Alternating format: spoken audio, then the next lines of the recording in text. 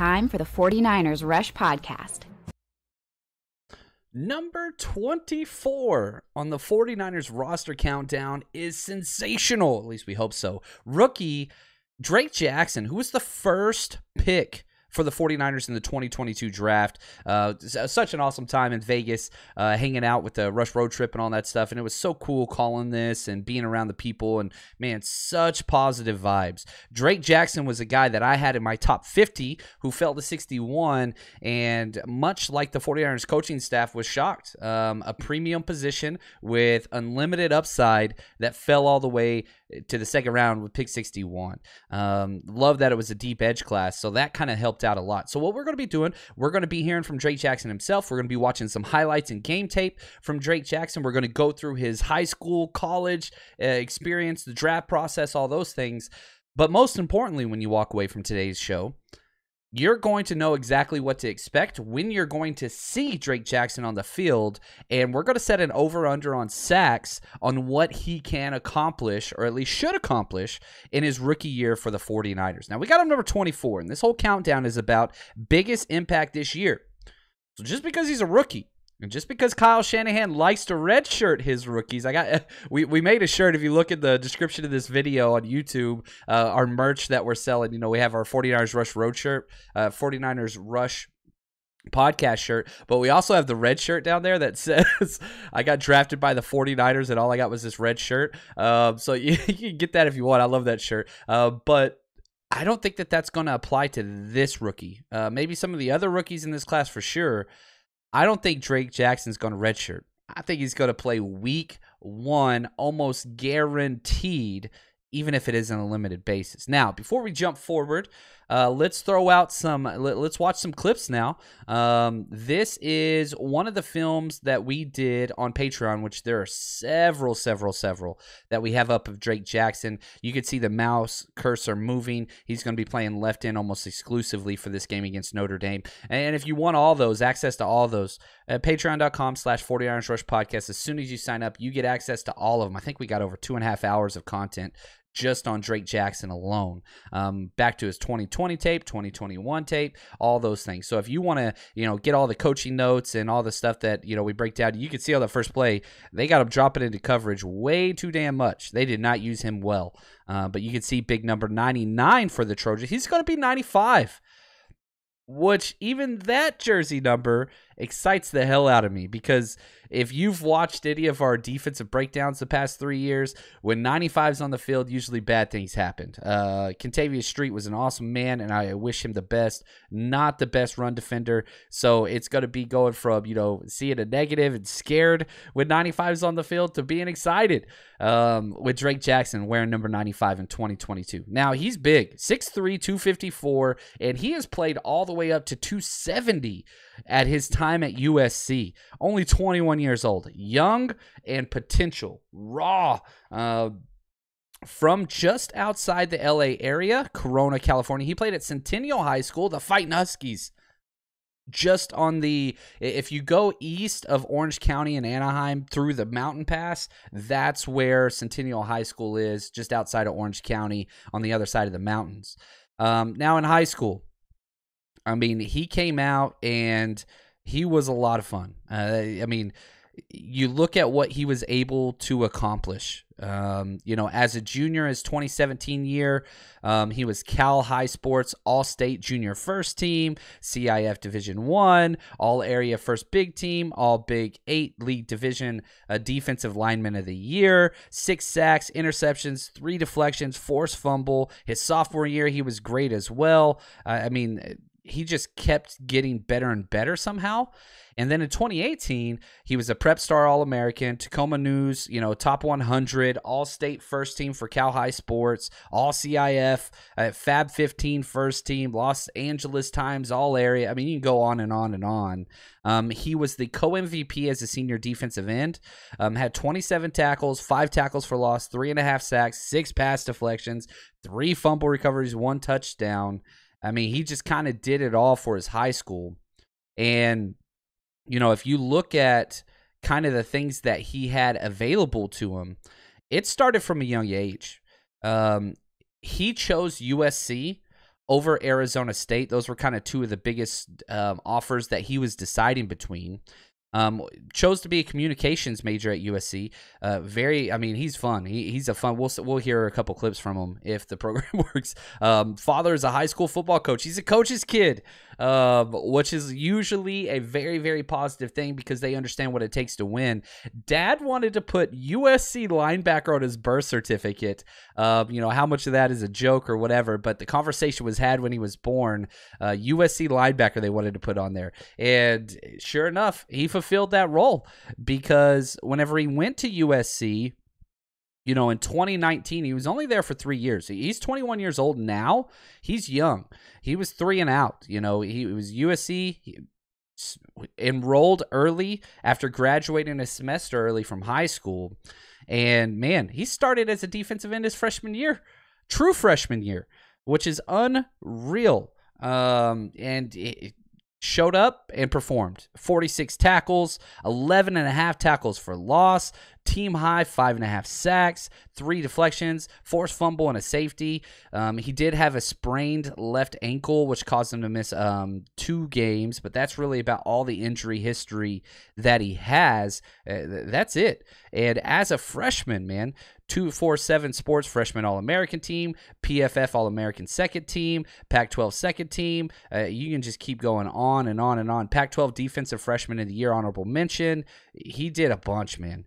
And, it's interesting. If you look historically at USC, he is the first true freshman to start the season opener game on the defensive line since Everson Griffin did it in 2007, and then the next one, Tim Ryan, all the way back in 1986. So that's a fun little trivia piece there. Again, Everson Griffin, Tim Ryan, he is in a wonderful category there of elite defenders for USC. His sophomore year made an impact. They moved him to outside linebacker. The coaching staff at USC, they just had no clue what they were doing. Moved him off the line of scrimmage and had him lose 30-plus pounds of weight, and they had him dropping in man coverage, and it was just, man, watch the 2020 tape. I cussed a lot, and I'm just going to be honest, because I'm just like, what the hell are you doing? You have this talent, and you are wasting him. So it was a year of just a mess, and Drake has talked about this.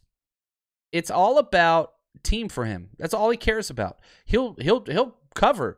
And they had him one-on-one with tight ends running 40 yards downfield. It was just a joke, split out wide. And he didn't care. He didn't complain about it. He just showed up. He does what he needs to do for the team and allow the coaches to coach. But anyway, he finished the year 20 tackles, 5.5 tackles for loss, 2 sacks because, again, he was playing off the ball. But still, great year. 2021, they move him back inside. That's the film we're watching now. His third year starting, appeared in 11 games, did have a little bit of injury kind of flare-ups and whatever else. And, USC was so bad, and it was very clear he was heading to the draft. He ended up opting out of the California game. The season was basically over at that point. He was a quarterfinalist for the Lott Impact Trophy, All Pac-12 second team, AP All Pac-12 second team, PFF second team, Phil Steele second team. That's just where he was. Now, you look at his entire career at USC, 103 tackles, 25 tackles for loss, 12.5 sacks, 4 deflections, 2 interceptions. Very, very, very athletic. Now let's move on to what he was able to accomplish, at the combine, because athleticism's his game. My preseason write-up before the 49ers selected him, and again, if you were watching the broadcast with us, I was, everybody's like, okay, if we trade up in the second round, who do you want? And I kept saying Drake Jackson. Trade up in the 50s, get Drake Jackson. If he falls that far, that'd be perfect. They stayed at 61 and got him. Listen to these metrics. And again, my comp for him is Gumby with insane size. I'll get to some actual NFL comps once we get through this list. 6'3", all right. He's on the shorter side. That's 50%, right? Almost average, really. Exactly average.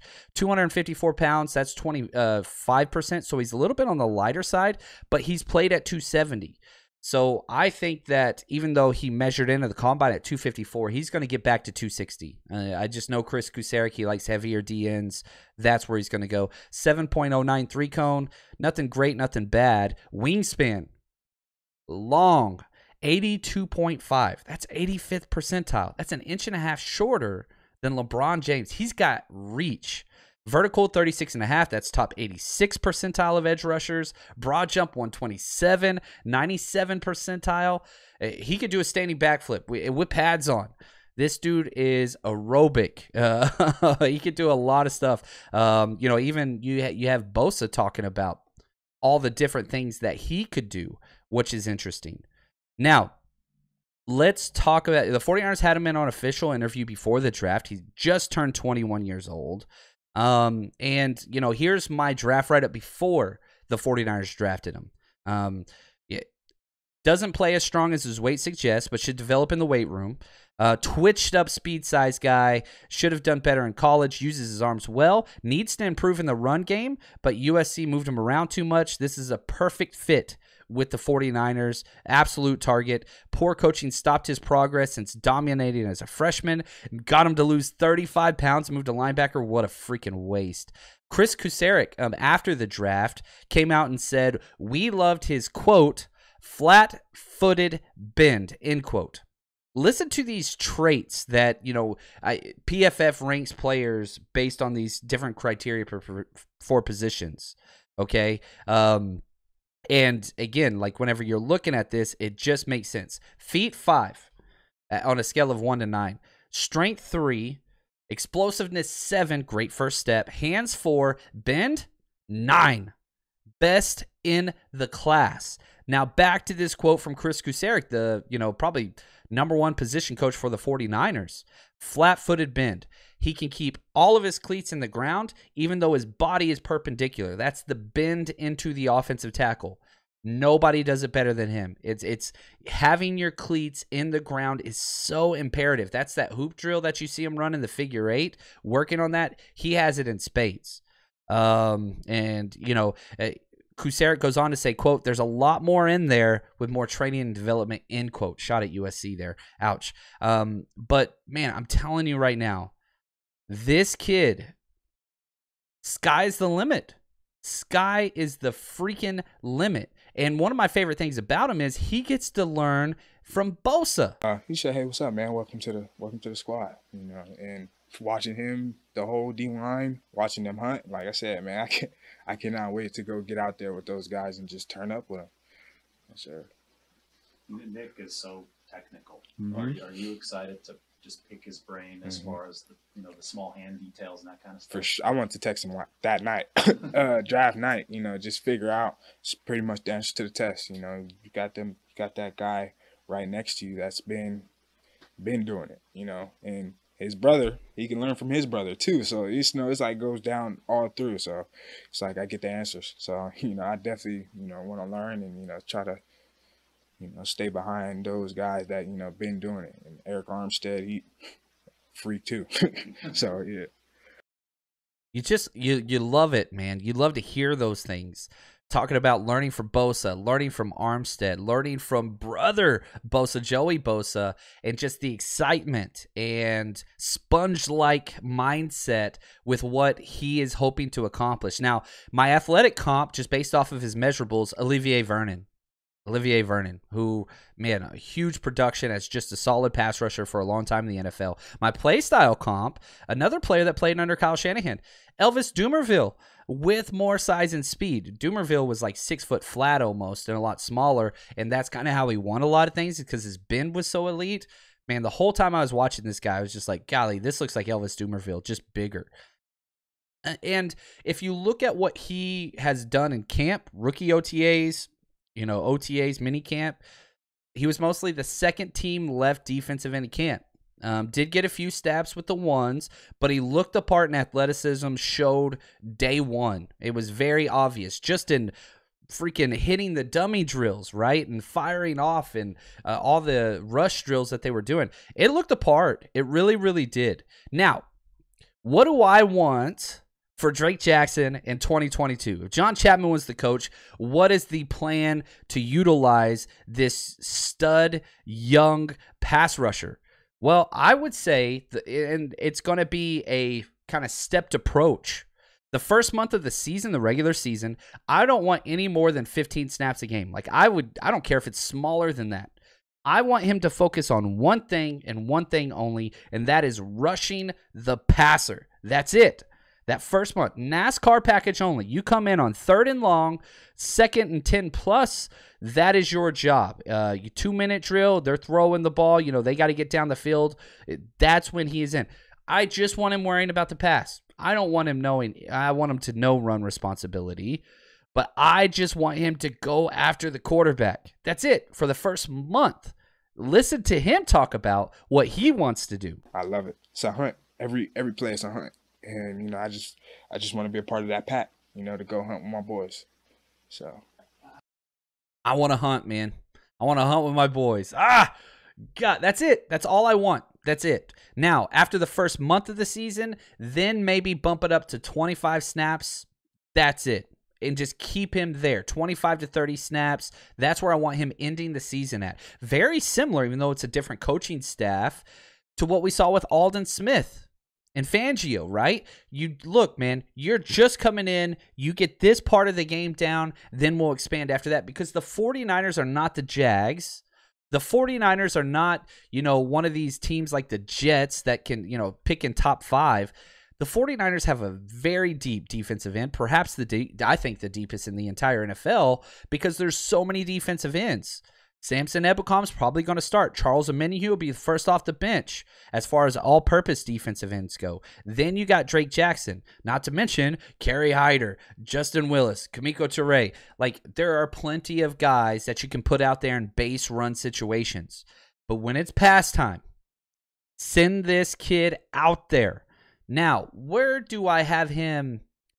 His sack numbers. Let's set our Vegas betting odds up now. Last year, you got to look back before you look forward. Last year's rookie sack numbers. Almost all of these are first-round picks except one. Parsons led the draft class with 13 sacks. Unbelievable. Jalen Phillips, 8.5, who we were really high on. Aziz, 8 sacks, really high on. Jason Owe, 5. Kwity Paye, 4. Rose, 4. Joe Tryon, 4. All those are first-round picks except for Aziz Ojulari, who stepped into a very similar position as Drake Jackson, a pretty quality defensive line with a lot of depth, and he got to do one thing. He was a speed rusher off the edge. Exactly what Drake Jackson's stepping into. So I'm setting the over-under in 2022 regular season sacks only for Drake Jackson at 6.5. That's high. That'd be 4th on this list from last year, which was a good edge class. And this kid was drafted 61, even after Ojulari. So why do I have that so high? It's because the quality coaching, the quality team, the quality around him, and he gets to just do his skill set. That's it. Just do his skill set. 100% a lock for this team, 0% chance. Maybe I just want him on the NASCAR. I don't even want him on Bravo. I don't want him on Bravo, the backup defensive line group. I don't. Just NASCAR. That's it. I want you to come in, 15 plays a game. That's not much. Maybe 4 to 5 plays a quarter. That's it. You just rush the passer for that first month, and then you expand his role month 2, month 3, so on and so forth into that Bravo group. Who knows? Maybe eventually by the end of the year, fighting for starter snaps. But again, I don't think that's where he will be used best in 2022. Now, 2023, 1,000% expect him to start opposite of Bosa. I just think that's what's going to happen. You look at Samson, last year of his contract. You look at Omenihu, last year of his contract. Jordan Willis, 1-year deal. Kamiko Toure, 1-year deal. Kerry Hyder, 1-year deal. So, yeah, it's building. This year's a luxury. Next year, step in, be the guy. But, man, I'm so excited for Drake Jackson, and you should be too. Want to say thank you, man. Anthony, Josh, incredible job, background for all of this entire series. We're on 24. We got 24. We finished 24. We got 23 to go. Let's go, MJ. And for us, man, we're just going to keep counting them down. Hopefully you guys are enjoying this.